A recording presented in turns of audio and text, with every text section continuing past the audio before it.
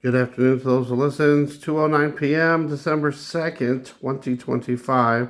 This is coming from World News Report today. That massive sunspot region on the sun right now that's turning around and facing Earth. It's getting ready to face Earth. Supposedly, the sunspot group is more dangerous than the Carrington event sunspot. Here's James. Let him explain it to you. James Kaufman, World News Report today. Ladies and gentlemen, NOAA suggests the current sunspot complex is more dangerous than the Carrington sunspot. Even Carrington would be impressed.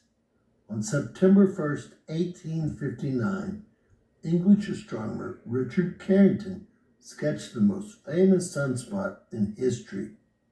While Carrington was watching an image of the sun projected on a screen, the sunspot produced a blinding X 45 solar flare, followed 2 days later by a planet-wide geomagnetic storm.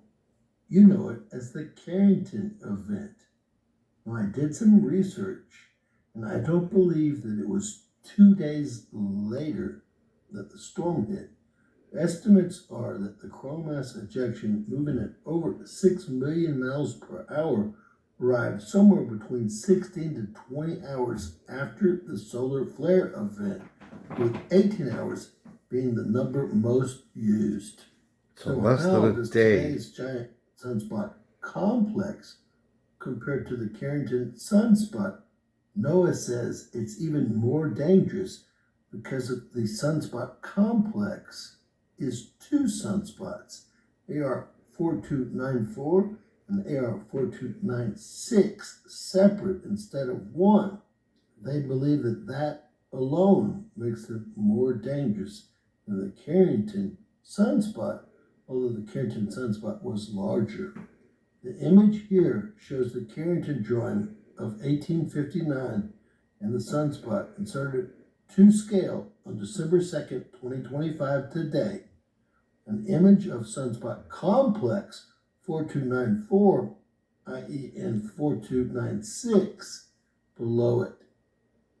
Now they're about the same size. The surface area of Carrington sunspot was 2,300 millionths of the solar disk.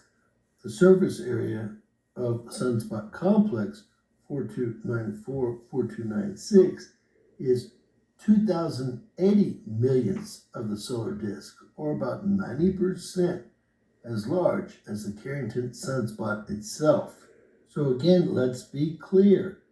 AR 4294 and AR 4296 were actually two sunspots.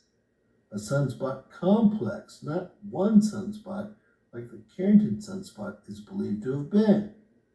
The two sunspots' close proximity makes them appear as a single behemoth, an unfair advantage versus the Carrington sunspot.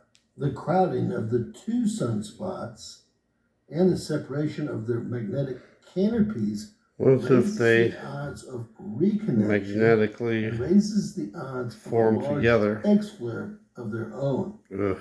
Any explosions today will be geoeffective towards Earth. So if I understand what they're saying is that any event from either sunspot may actually connect both sunspots together, causing a very large X-class solar flare. Wow. So let me know what you guys think. Is the current sunspot complex as dangerous as the Carrington sunspot? Either way, it's something that definitely needs to keep an eye on. We definitely got to keep an eye on it and just stay alert, just in case. Just in case. Thanks for watching. God bless.